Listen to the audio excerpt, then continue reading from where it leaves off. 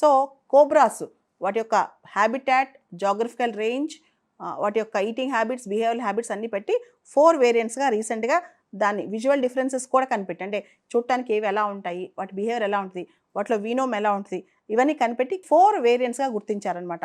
ఈ 4 వేరియంట్స్ అంటే ఒకసారి చూద్దాం. నార్థన్ కింగ్ కోబ్రా ఓఫిఫాగస్ హానా, ఇది north India, Nepal, Bhutan, Tibet, చైనాలో ఉంటుంది. తర్వాత సుండా కింగ్ కోబ్రా, దీని యొక్క సైంటిఫిక్ నేమ్ ఓఫిఫాగస్ బంగారస్, ఇది సదరన్ థాయిలాండ్, మలేషియా, సింగపూర్, ఇండోనేషియాలో ఉంటుందన్నమాట దీని హ్యాబిటాట్. తర్వాత species western Ghats king cobra, దీని యొక్క సైంటిఫిక్ నేమ్ ఓఫిఫాగస్ కాలింగా, ఇది ఇండియన్ రెయిన్ ఫారెస్ట్ మరియు hill country of western Ghats అనమాట.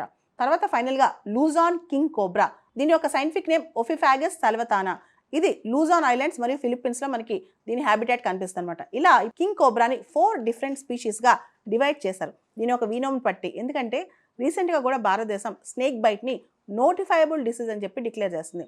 ఈ స్నేక్ బైట్కి వీనోమ్కి మెడిసిన్ ఇచ్చేటప్పుడు ఏ స్నేక్లో ఎంత వీనోమ్ ఉంటుంది, దానికి ఎంత పాలు మెడిసిన్ ఇవ్వాలి, దీనికి సంబంధించి కంప్లీట్గా కావాలంటే మనకి సబ్ స్పీషీస్ దీనిలో ఉన్న వేరియంట్స్ మనకు తెలియాలన్నమాట.